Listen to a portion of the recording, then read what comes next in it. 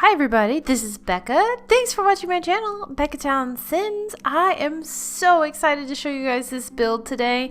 So it is going to be a big, kind of like a castle, kind of like a fantasy palace. It's called the Ice Palace on the gallery. If you're interested in it, you can download it. My name is BeccaTownSims on there.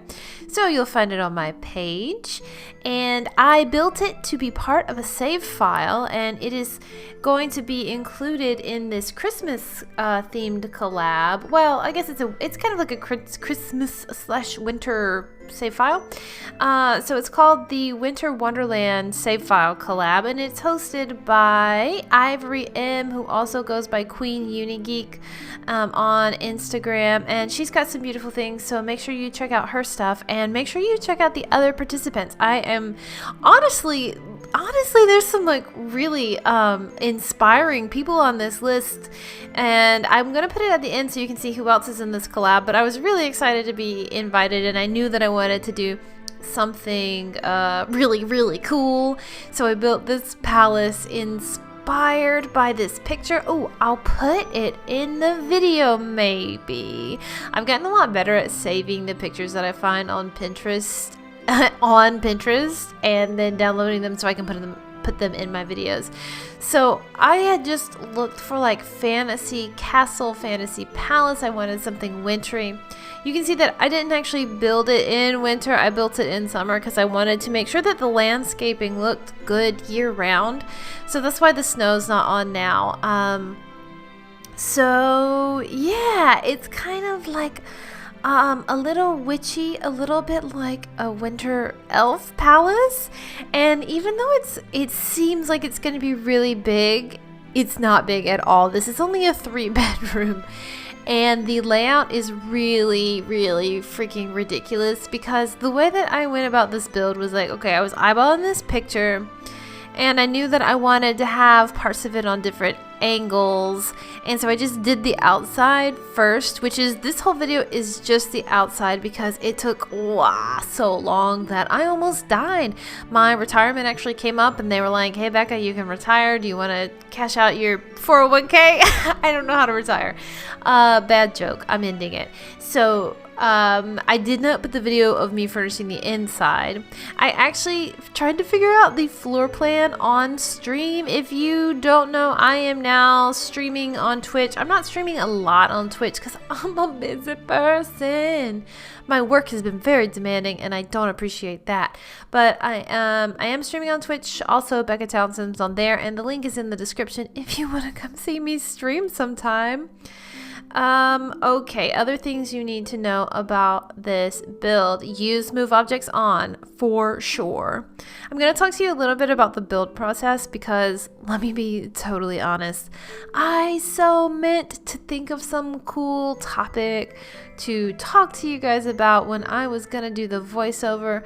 I was like thinking like maybe we could do something about Arctic exploration, or maybe we could find some quirky Victorian who did something like really weird in winter. But I didn't do any of that research.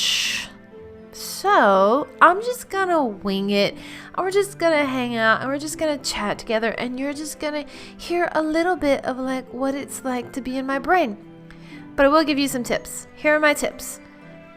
Use move objects on. I already said that one. Does this use tool mod?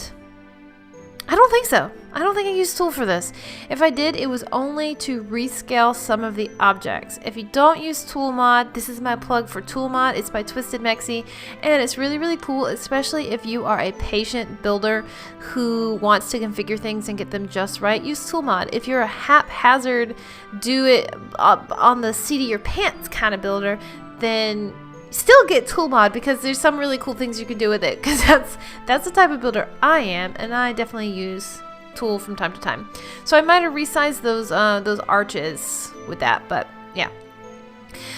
So my advice, if you are a builder who's trying to like level up your game in The Sims and trying to do more elaborate things, think about how to layer your builds. So I think like when we all start building in The Sims, we're just like, hi, here's a box. I put a box and I put windows on it. Yay!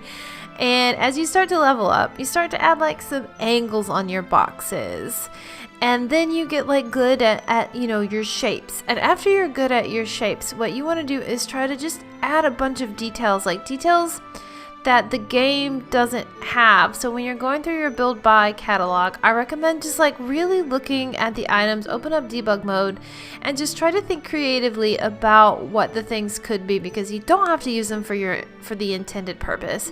So something that I did on this build was there are these like spikes for the roof, and I really thought that they kind of looked like icicles, so I started just putting them around random places.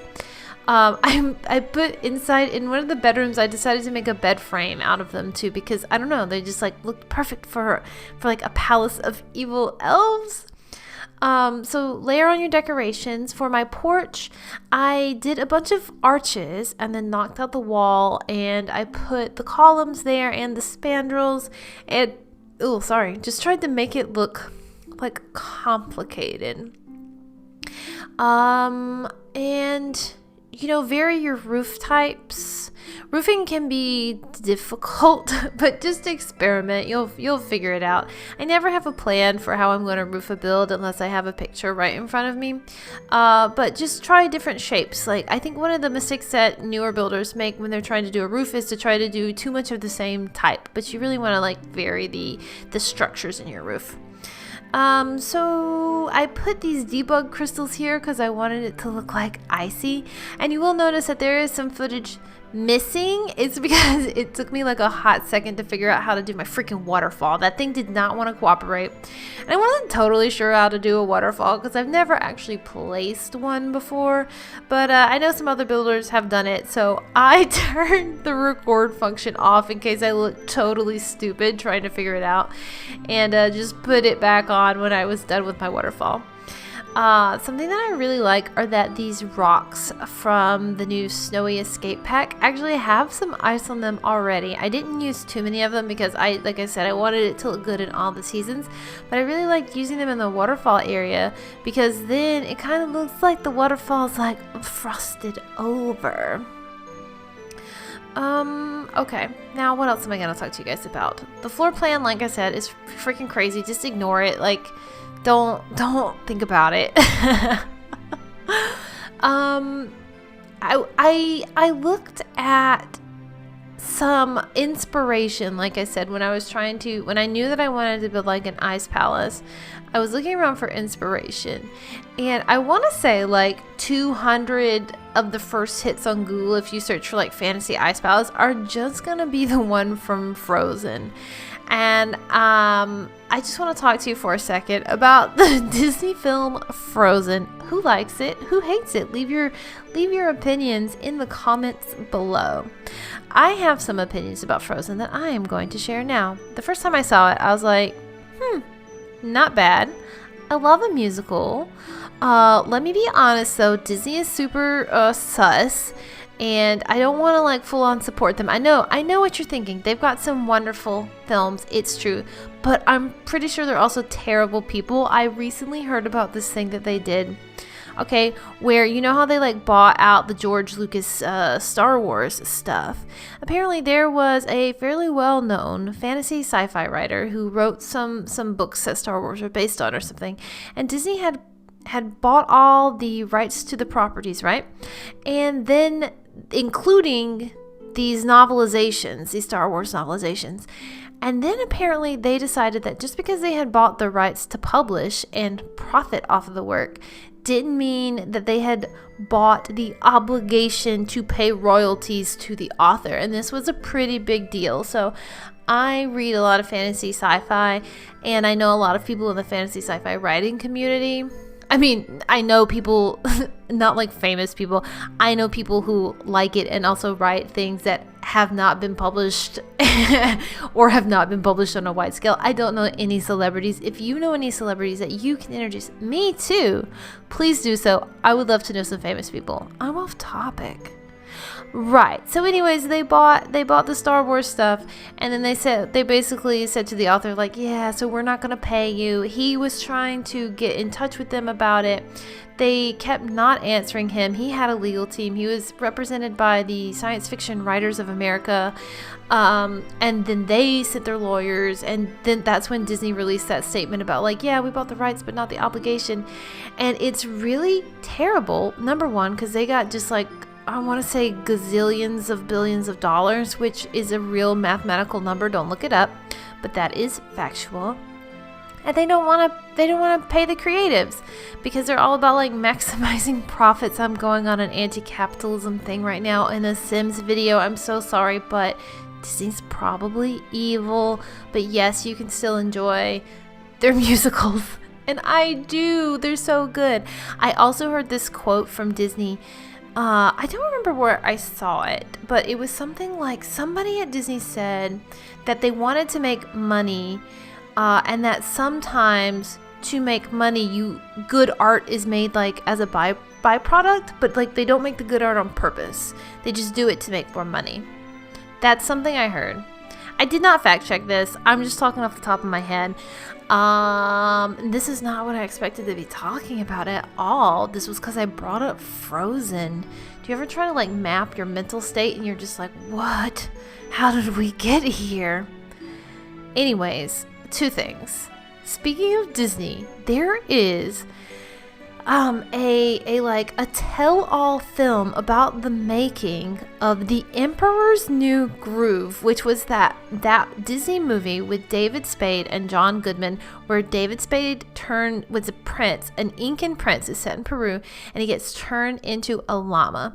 And this is a very underappreciated Disney film because apparently it went through a lot of problems in its production. Like, they had done all this research about Peru. They wanted to set it here. They had a hard time like coming up with the script, and the people in charge kept telling the writers to like change things, and so the movie had totally morphed, and it went like way over production time. And if you do watch it, you will notice that the quality of the animation is much lower than it normally is for a Disney film, and that's part of what went wrong on it. They also had apparently recorded like a bunch of stuff that didn't make it into the movie, like Eartha Kitt is in it, and they don't have her sing any songs in the actual movie, but she had recorded some.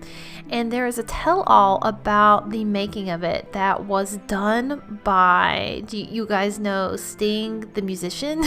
It was done by his wife, who apparently is a documentarian, and Sting was hired to do the music for this film. I don't know why they thought this was a good idea, but he was hired to do the music, and so his wife made the documentary, and it's really fascinating. So I highly recommend that you look it up because it was leaked on YouTube and I watched it. And I also want to, this is not even related to what I was going to say, but can we talk about the Tarzan movie for a second and how Phil Collins did the soundtrack? It's all wrong. I have such big opinions, okay? A musical should have songs like from the characters' perspectives, and the Tarzan movie has just got a bunch of Phil Collins songs, and sometimes Phil Collins music kind of matches up to the characters, but like that's not a musical, people. I don't know what Disney was thinking. Please leave your opinions about Tarzan, the animated film, in the comments below, and let me know if you think that I'm totally wrong about Phil Collins ruining the quality of the musical. Wow. Alright, and all of that is to say that I did like the Frozen movie. And I have watched it a lot because when I was a French teacher, I was teaching like middle school French, and when there was a unit about the weather, I was like, oh, what? Frozen would be perfect for this because they say like all the words for the weather. So I got the French copy. And so we would watch it in class every year for a weather unit. So I've seen it a lot, man. A lot. Like I know the words in French to the songs better than I do the English words. And at first, I wasn't sure if I liked Idina Menzel's voice, but now I really do. I think it's one of those things that grows on you. And I saw her in concert with Josh Groban once, and she sang the song from Frozen, and I was like, yeah, Yeah, I like it. Alright, so that's the end of my video. I don't know where this one went. Wow, that was a crazy tangent. We ended up talking about Disney. I don't know whether to apologize or not. But let me know what you think about Disney and if they're evil or if they're good, or if you're gonna cancel me because I tried to cancel Disney. Oh, we didn't even talk about the Mulan movie. Oh my god, there is controversy there. But I gotta go. This video is ending. I'm gonna throw some pictures up of the build. If you like it, check it out on the gallery. Subscribe to my stuff. And please do check out the other people who participated in this collab, because I think you're gonna see some really freaking awesome stuff from a lot of very, very creative people. Until next time, this is BeccaTownSims saying happy holidays and Merry Christmas, because this is a Christmas collab. So, see you later.